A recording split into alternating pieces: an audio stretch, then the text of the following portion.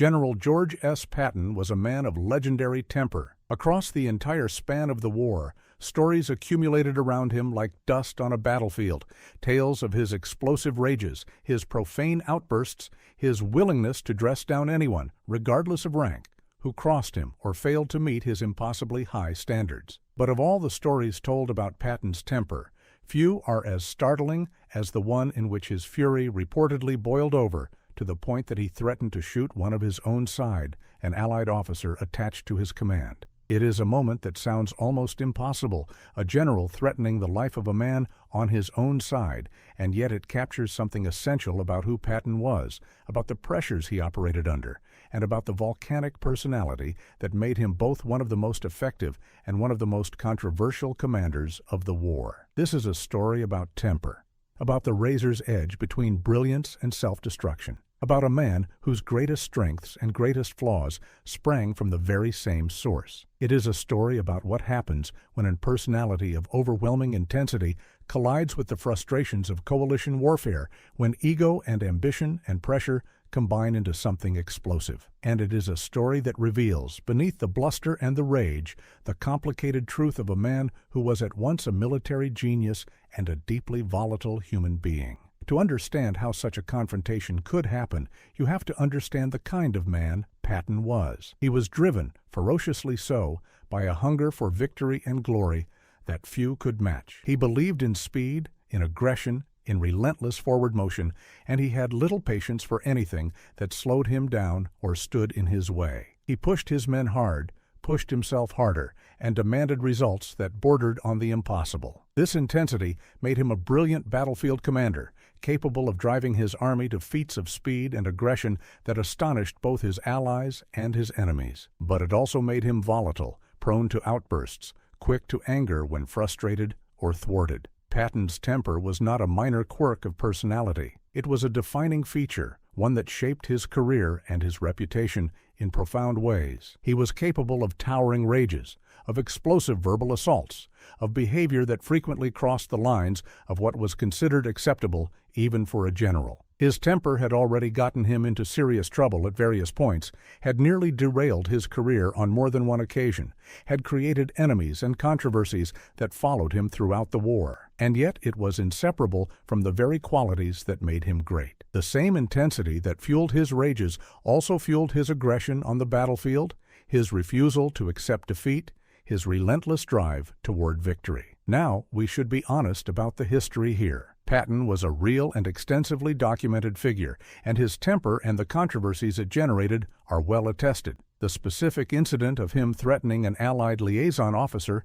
is the kind of story that circulated around Patton, consistent with his documented personality and the numerous accounts of his explosive confrontations. We will tell it as a narrative that captures the truth of his character while being clear that the dialogue and precise details are recreated for the telling. What is undeniable is the essential truth it conveys, that Patton was a man whose temper could erupt with shocking force, even against those on his own side, and that this volatility was an inseparable part of who he was. Coalition warfare, the fighting of a war by an alliance of different nations, created particular frictions that grated on a personality like Patton's. The Allied effort involved the coordination of forces from different countries with different commanders, different priorities, different ways of doing things. This required cooperation, compromise, and a degree of diplomatic patience that did not come naturally to a man like Patton. He was used to getting his way, to driving forward according to his own vision, and the need to coordinate with allies, to accommodate their concerns, to work within a larger coalition structure was a constant source of frustration for him. He often chafed against the constraints that coalition warfare imposed. Liaison officers were a key part of how this coalition functioned. These were officers attached to a commander's staff to facilitate communication and coordination between different national forces or different parts of the command structure. They served as the connective tissue of the alliance, ensuring that the various elements of the Allied effort could work together. But to a commander like Patton, impatient and headstrong, a liaison officer who brought unwelcome news, or who represented constraints he resented, or who seemed to stand between him and his objectives, could become a target for his frustration. The liaison officer in such moments embodied all the irritations of coalition warfare that Patton found so maddening. It is not hard to imagine then how a confrontation might erupt. Picture Patton at the height of one of his campaigns,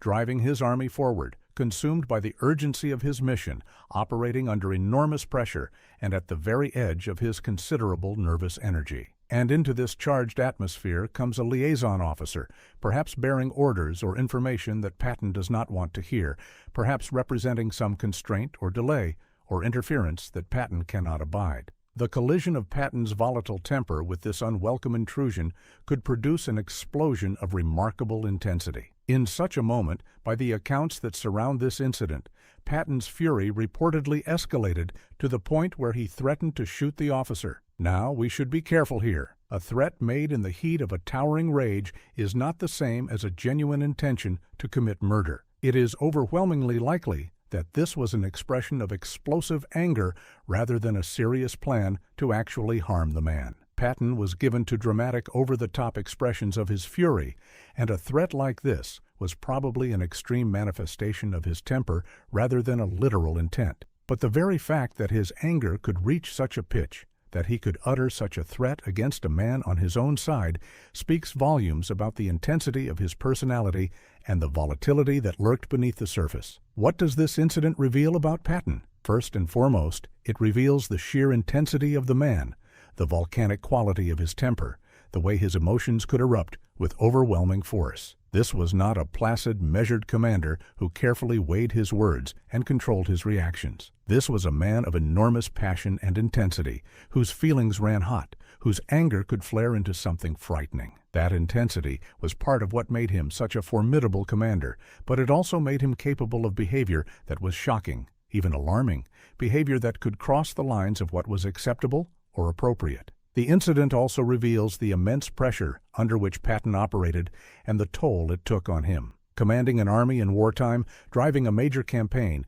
bearing responsibility for thousands of lives, and for the success or failure of crucial operations, all of this generated pressure of an almost unimaginable kind. For a man as intense and driven as Patton, this pressure could become almost unbearable, could push him to the edge of his self-control, could make his temper even more volatile than usual. The threat against the liaison officer can be understood, in part, as a symptom of this enormous pressure, an eruption of the stress and strain that Patton carried. There is also something to be said about the friction inherent in coalition warfare and how it affected commanders like Patton. The need to coordinate with allies, to work within a complex multinational structure, to accommodate priorities and constraints that he did not control, was a genuine source of difficulty for Patton. He was a man who wanted to fight his own war, his own way, and the compromises and accommodations required by the coalition grated on him constantly. The confrontation with the liaison officer can be seen as an expression of this deeper frustration,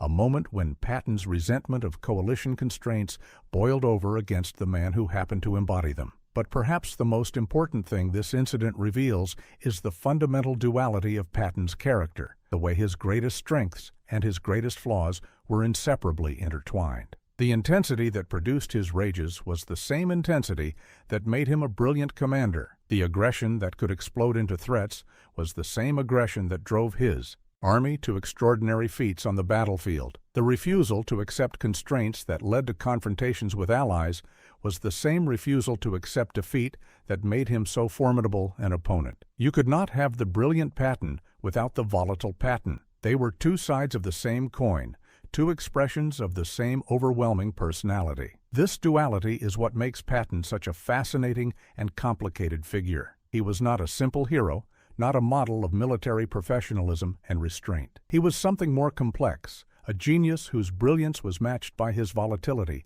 a great commander whose greatness was inseparable from his flaws. His temper, his outbursts, his shocking confrontations were not separate from his military genius, but were expressions of the same intense, driven, uncompromising personality that made him great.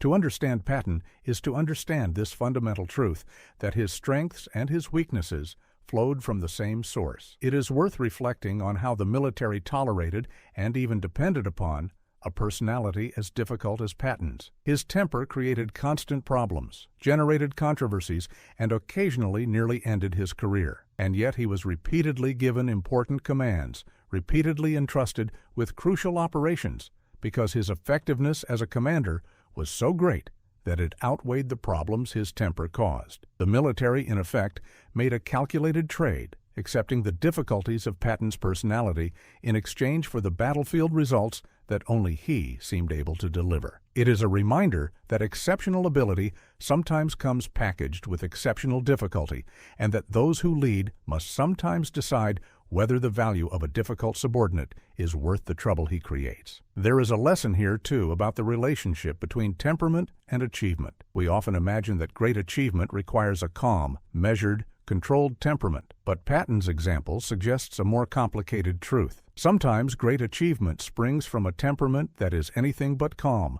from an intensity and passion that can express itself in both brilliant accomplishment and alarming behavior. The same fire that produces greatness can also produce destruction. The challenge for such a person and for those around them is to harness the fire for good while containing its destructive potential. Patton was never fully able to contain his, and it caused him endless trouble, but it was also the source of his greatness. Consider as well what the liaison officer in this story must have experienced. To be on the receiving end of one of Patton's towering rages, to have the famous general threaten your very life, must have been a terrifying experience. And yet such was the reality of serving alongside a man of Patton's temperament. Those around him had to navigate his moods, absorb his outbursts, and find ways to do their jobs despite the volatility of the commander they served. It was not easy, and it speaks to the difficult human dimension of serving under a leader whose brilliance was matched by his explosiveness. The incident also stands as a reminder that the great figures of history were human beings, with human flaws and human failings. We sometimes mythologize military commanders, turning them into larger-than-life heroes stripped of their imperfections. But the reality is always more complicated. Patton was a brilliant commander, but he was also a deeply flawed man, capable of behavior that was shocking and inappropriate. Acknowledging this does not diminish his genuine achievements, but it does give us a more honest and complete picture of who he really was, a picture that includes both his greatness and his very real flaws. By the end of the war, Patton's reputation was firmly established as one of the most effective and most controversial commanders of the entire conflict. His battlefield achievements were undeniable, his contribution to the Allied victory enormous. But so too were the controversies his temper had generated, the incidents and confrontations that had punctuated his career, the moments when his volatility had erupted into shocking behavior. The story of his threat against the liaison officer is one such moment, a window into the volcanic personality that made Patton who he was, for better and for worse. So remember General Patton and his legendary temper, the fury that could erupt with such force that he reportedly threatened to shoot a man on his own side. Remember that this volatility was not separate from his genius, but inseparable from it, that the same intensity that fueled his rages also fueled his brilliance on the battlefield. Remember the immense pressure he operated under, the frictions of coalition warfare that grated on him, the duality of a character whose greatest strengths and greatest flaws sprang from the same source. And remember the deeper truth his story reveals, that greatness and difficulty often come intertwined, that the fire which produces extraordinary achievement can also produce alarming destruction, and that the great figures of history were, in the end, complicated human beings whose flaws were as real as their triumphs.